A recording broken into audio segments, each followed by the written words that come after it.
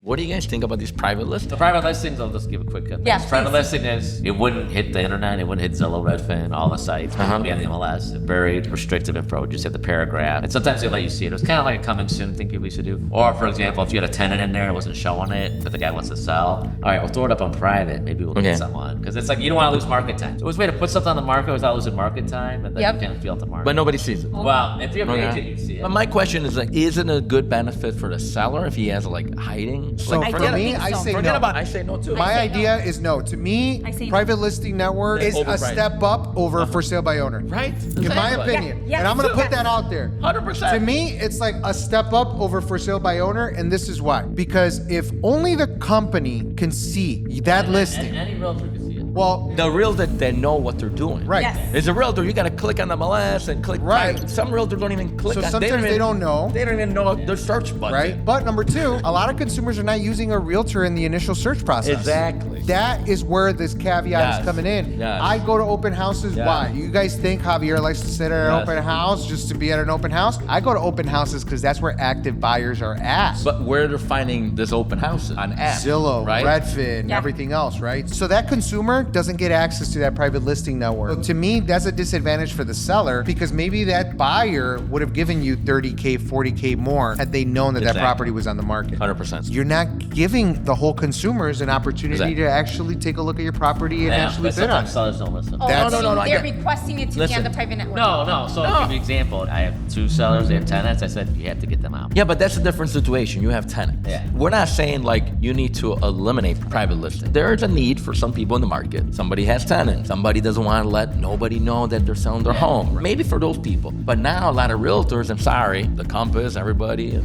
they're like making it like it's an exclude. Oh my God, I'll get you the best dollar. Compass bought a huge market share. Now they're trying to like hoard it to themselves so we can just drive. Right. I'm saying they're making it seem like it's a benefit when you have less eyeball, like you said. And Like you're technically, like it's a conflict. Like what Compass is doing, where it's only in the Compass network. To me, there's a conflict, right? Like I remember, I'm not gonna name this brokerage, but they had a habit where they will wait for one of their agents to submit an offer in What? order to accept the offer, right? Weird.